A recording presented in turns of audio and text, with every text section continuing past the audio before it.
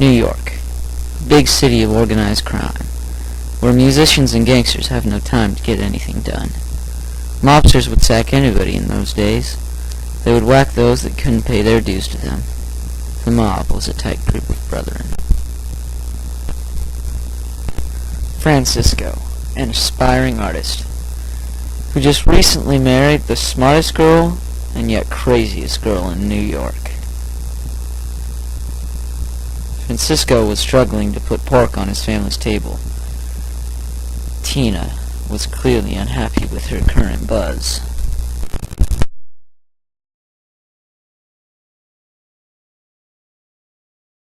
Great. You got the stuff? Tony said. Sorry, sir, we had an accident. Fell off the truck. And then a stunning dame approached him, saying, I hear of your fame in helping the troubled. Yes, I help the poor souls that can't quite make do. She wanted something more than a loan. She craved a man with money, one she could truly call her own honey. Little did she know what mess she was getting into. He was a man whose buzz was selling cookies, not just any old bakery goods. He sold these pastry items to the hoods.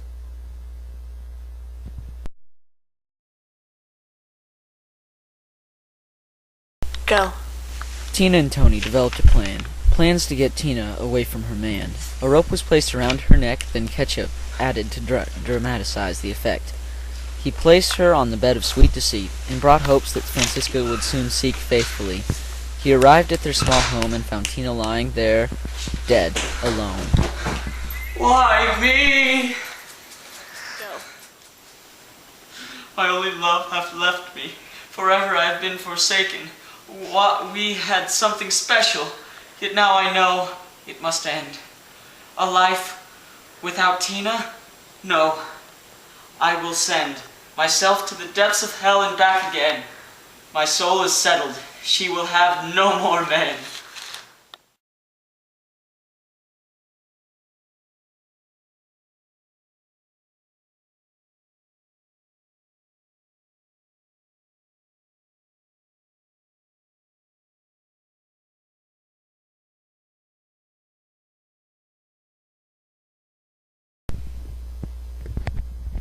Francisco went to a church in order to set things right with God before he do the unthinkable, and take his precious life.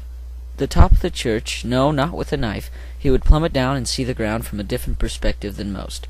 Sound nuns-to-be were walking about praying. And Angie, the youngest, caught him, saying, Hello there! Have you spoken to Jesus today? Nay, I believe you have just saved me. But please, marry me. You see, my wife just died, and I need Christ in my life.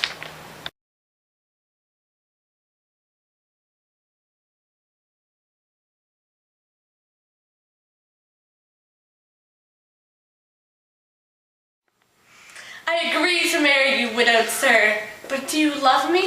Of course. You bring color back into my existence. Another second later, they were paired by the priest, bound in love for everyone to see.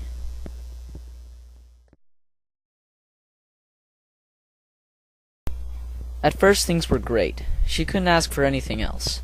She couldn't dream of more. But she stayed at home and cared for her child, while he left her alone and lived the wild and crazy life a dealer often does. In loneliness she realized her real, true love. Alas, how I was wrong.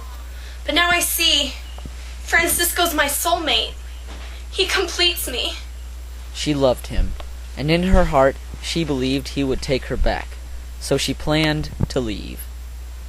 Tina runs for the door, escape in mind. The young girl Gigi is not far behind, but Tony in rage won't let them leave. He stops them from going without reprieve. The door can't be reached with Tony this way. He locks the knob and Gigi starts to pray. Sees the look on the face of her mother and runs to the kitchen to take cover. She knows Tony's blood will flow in the room. She wants to know she will be away soon. Tina told Tony she no longer cared. She was starved, poor, tired of being scared. He yelled and said things would change. They'd get better. Tina knew Tony and got Gigi's sweater. We're leaving, G. To Francisco's we're going, and you can't stop this hate from growing. And around from the corner, sweet Gigi appeared, only to witness the thing she most feared. The blood from Tony's heart spilled to the floor, and her mother had stabbed him, could stand no more.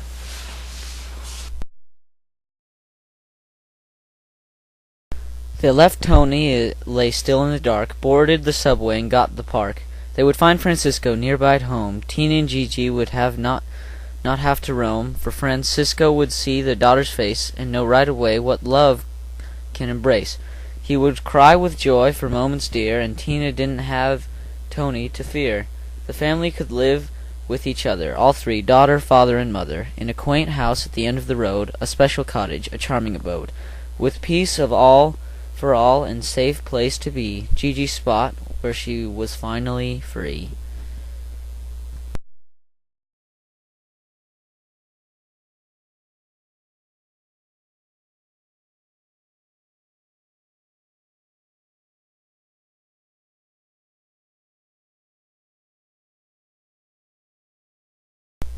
And then one night she slipped out of her home, into the dark, where she could be alone.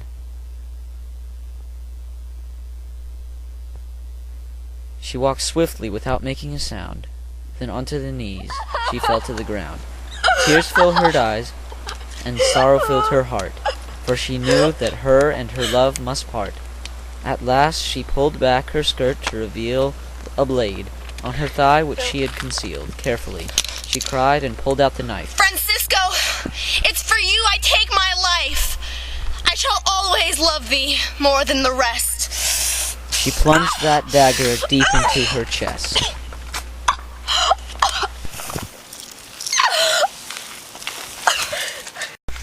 Alas, an orphan, left without a mother, who took her life after taking We will another. take you in and treat you as our own.